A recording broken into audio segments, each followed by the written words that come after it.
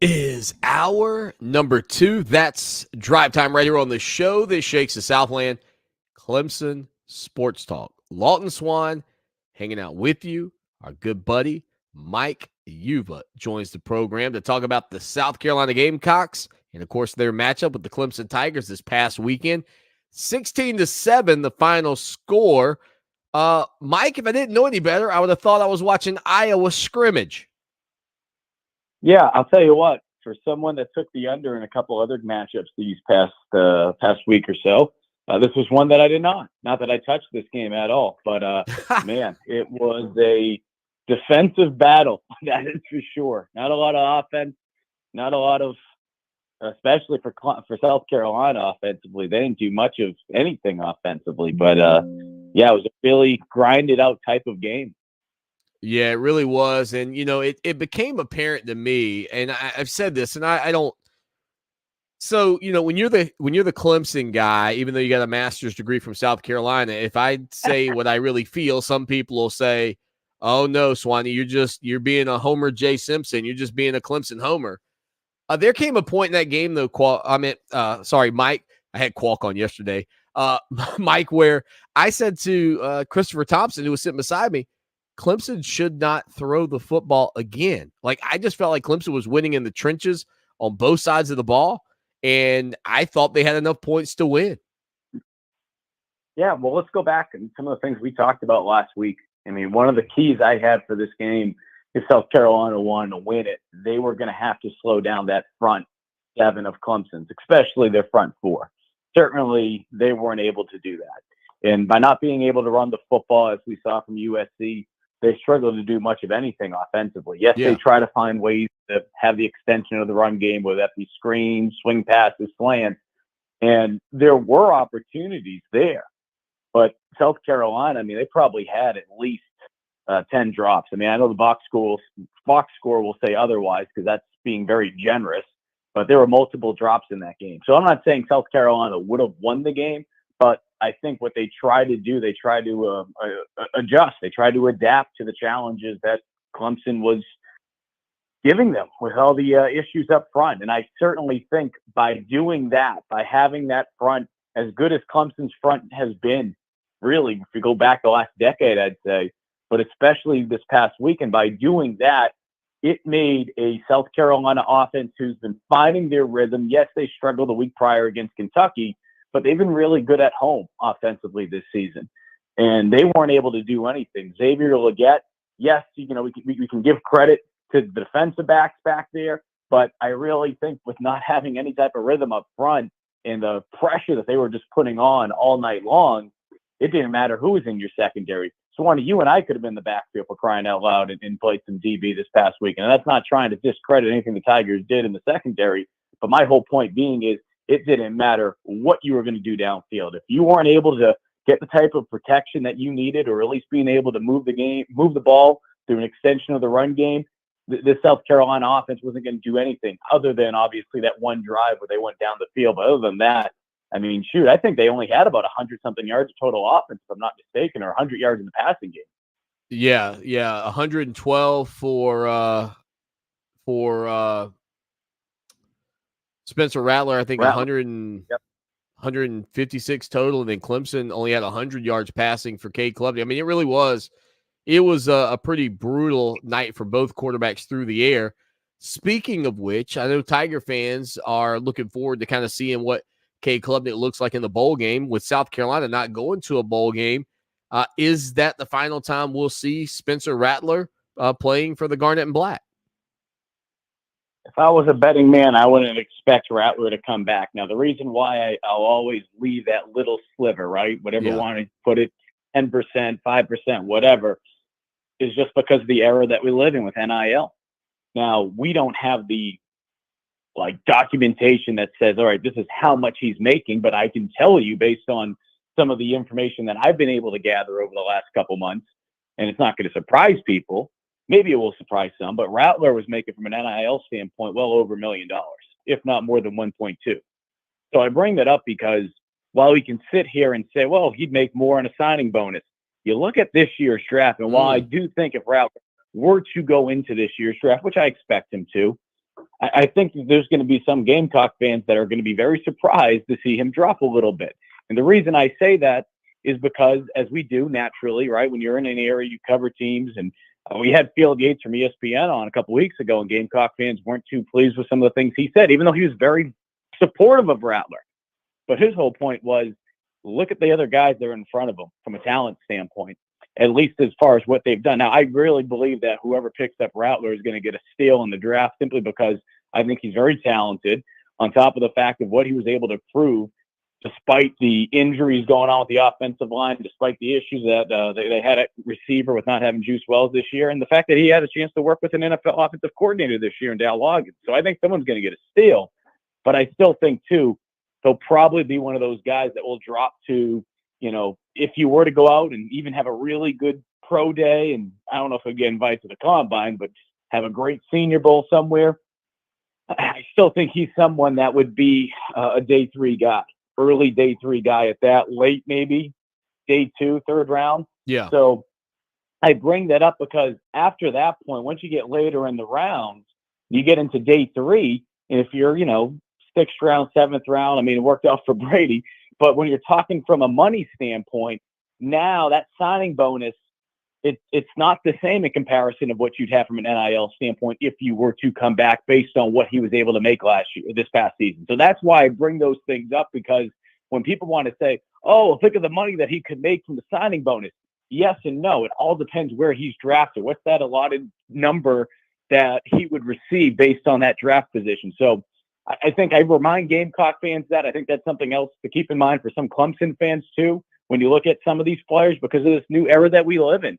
I would not be shocked to see some of these guys who they feel like, hey, maybe I'm on the border of getting drafted where I am projected to be. Yeah. But at the same time, too, it could be safer for me to come back another year and just roll the dice and see if I can improve my draft stock. Again, Mike U was on Twitter at Mike_UVA, and he covers the South Carolina Gamecocks for GamecockCentral.com. Okay, so the bigger problem for Coach Shane Beamer now is, Mike, because they're not going to a bowl game, they miss out on some opportunities to kind of grow during this offseason. How significant in your mind is that fact? Because I think if we ask coaches across the country, they'll tell you it's really significant. I think that's the most significant part about it all. I mean, the fact that they're 5-7, to me, I get it from a recruiting standpoint, that it might not look as sexy, but it's really not going to ruin what they've been doing from a recruiting standpoint. It's really not. What it will do more than anything, though, it's going to take away from the opportunity to have those 15 extra practices, which you were alluding to.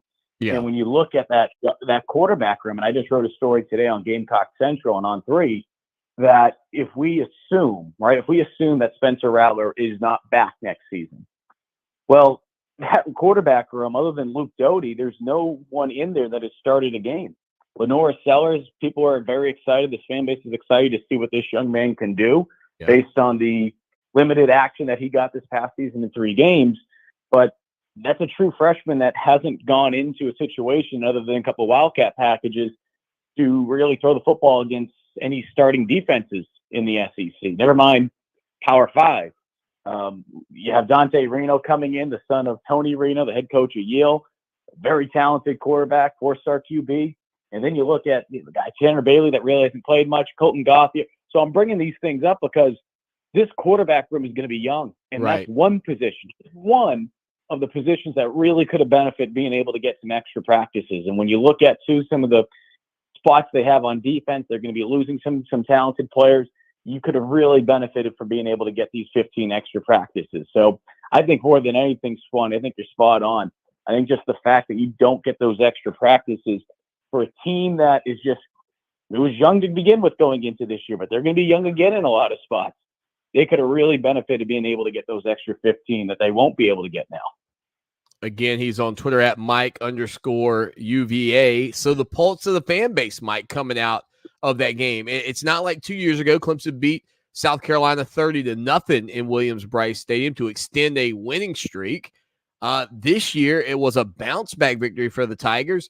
But even still, that margin of 16-7, while it felt dominant in some respects from where I was sitting, was still a very, the gap, some people would say, has narrowed.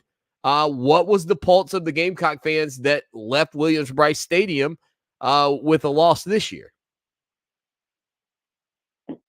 I was surprised. Maybe it's just the fact that the season has just took a toll on so many of these fans.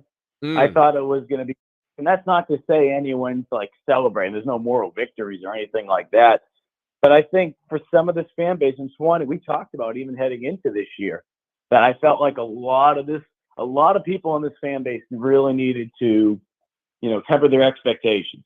That because of the fact that they had 7 wins and they had 8 wins the first 2 years under Shane Beamer, that naturally some, not all, but some people in the fan base assume, okay, well, 9 wins is coming up, 10 wins is coming back.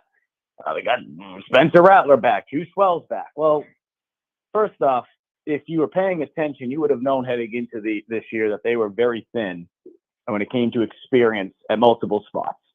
And when you have that combined with the fact that they had a lot of injuries early on in the season, it was a recipe for disaster, regardless of who was at quarterback for you. So I think the fact that Rattler was here just helped this team more than anything get to 5 wins. I don't think they would have been able to shoot.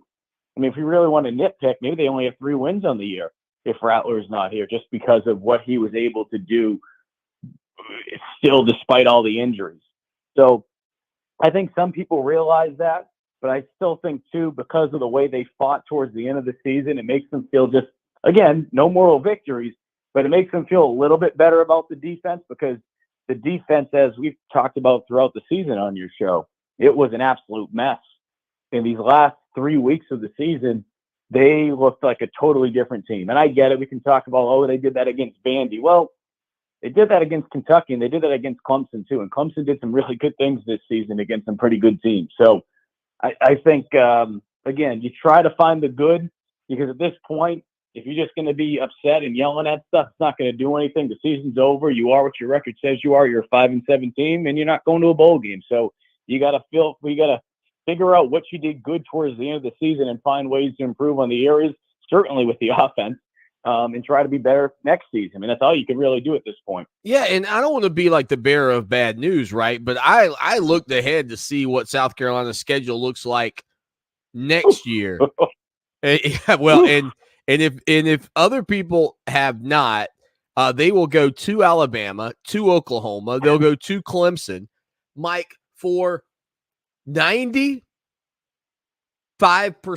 maybe 90% of the country is going 0-3 through those games. They'll host LSU, Ole Miss, Missouri, and Texas A&M. Now, I'm not telling you that all those games are losses, Mike, but to get 6 wins in 2024 is going to take an incredible season to be put together by Shane Beamer and that squad. Now, I'll say this. When you look at the out-of-conference teams, outside of the Clemson one, obviously, the out-of-conference schedule seems a little bit more favorable for South Carolina. I will say this, though. I'm not naive. I know Old Dominion, they have played spoiler over the last couple of years for some Power 5 teams, especially when it comes to Virginia Tech. But those are games that you should be able to win right there, right? And when I think about where South Carolina is right now, and I've said it even on your program, I've said it for the last couple of years, and I think I said it actually talking with Aaron Murray on one of the shows that I did with him, and they kind of roll their eyes when I say this, but I said even heading into this year that South Carolina is 2 years away just because of the youth. Now, the problem is, as we all know, especially with the transfer portal, NIL, all that stuff, right? You're trying to retain players. You're trying to make sure that you continue to head in that direction, but you have to make sure that you're not taking 2 steps back each year, right? They took a step back this year. There's no question about that. Having said that, if you get back into a position where you're bowl eligible next year, right? 6 wins, 7 wins. I know some Gamecock fans, and this is where Aaron Murray, I think, rolled his eyes at me. But what I would say back to that is they're not Georgia. They're not Clemson. We've said this before. They're not Ohio State. They're South Carolina. This is a program, and I know the fan base gets sick and tired of me saying this, but this is a program, and you look at the 100-plus year history, they've only had 8 wins I think maybe 13, 15 times in the 100-plus year history. So you have to know who you are. And the reality is this is the program that a couple of years ago was an absolute mess. And the fact that Beamer was able to get it into a position as quickly as he did through the first 2 years, I think it had people look at the expectations just a little bit differently. And that's not a bad thing, but you also have to understand that it's very likely that you're going to take a step back at some point. They took a step back this year. Now, how do you continue to fix things? How do you continue to go forward? The beauty with the transfer portal is it puts you in position where hopefully you're able to address some of the areas that, yeah, you do have an experience, but hopefully you're able to kind of fix those things up a little bit so that if you do feel really good about that 2025 season because of how much talent you already have in right now and the talent that's coming in with this recruiting class for the 2024 class, that you're going to be in great position in 2025. So that's why I felt that way. Yeah. But after this season, man, you really have to be able to, get some guys in from the portal. And it's not necessarily as simple as like the NFL, just pay this guy this much money. Because as we know, South Carolina is struggling when it comes from an NIL standpoint with their collectives. Mike Uva with us here for a few more minutes. Okay, so you mentioned the transfer portal. I know Clemson has already had Hunter Helms, backup quarterback from Great Collegiate. Great hit. Yeah, enter the portal today. That news came out actually when we were on the air. So for some people tuning in, that may still be breaking news. It's on our social media account. They've got Jeremiah Trotter, who has already declared that he's going to go to the NFL, and he's not going to play in the bowl game. I know we talked about Rattler. Mike, catch our Gamecock listeners up. Are there any names that have said and given any indication of what they're going to do as of yet, or are we still waiting on anybody to make a statement from Columbia? I think one name to keep an eye on is Mario Anderson, the Division II transfer running back that came in here and did a tremendous job of becoming the workhorse and becoming the lead guy. He has accepted an invite to play in the Hula Bowl, but at the same time, too, let me take that back. He has an invitation from the Hula Bowl. He hasn't officially accepted it yet, but as we've talked about before, just because you accept an invite to one of these bowl games, that doesn't necessarily mean you have to play them. The case was 2 players from Clemson last year did just that. Having said that, I think this is what scared some Gamecock fans. He went through the senior walk the other night. But what people should also keep in mind is he's expected to be a father in the next couple of weeks for the first time. So there's a lot of things going on in his life, and he wanted to do that just to make sure. I still think he's a player that will come back next season. Another guy, Nick Gargiulo, he had to play practically everywhere in the offensive line. The Yale transfer, people didn't realize he was playing with a busted hand for half the year, and he was playing center, so he couldn't really even snap the ball. But because South Carolina was so banged up on the O-line, they didn't have a choice. So he's another guy that could be coming back, hopefully getting him back over into the guard position. And then Juice Wells. Juice put out a tweet last week on X saying that he's going to be back. But I think with that, you never know, just because you got to make sure all these players are happy, right? NIL, all that kind of stuff. But I do expect Juice to be back, but I wouldn't be shocked if we hear some rumbles between now and the point of getting back next season, just making sure that he's happy and all that kind of stuff. I don't want to scare Gamecock fans, but I think it's just the reality where we are right now in the world of NIL. All right, Mike, final question for you, and there is a wrong answer. The Pop-Tarts Bowl is going to have an edible mascot. What is the best flavor of Pop-Tart? And I can assure you there is a bad answer. I had 2 growing up. The classic was just like your strawberry with the frosting on top of it, but my go-to and still my favorite to this day is the s'mores one. Oh, well, okay. We can still be friends. If you'd said that cinnamon concoction, you're out of here, buddy. No more show for you. The brown sugar one? I'm not a fan of the brown sugar Pop-Tart. Awful. Mike, be good, man.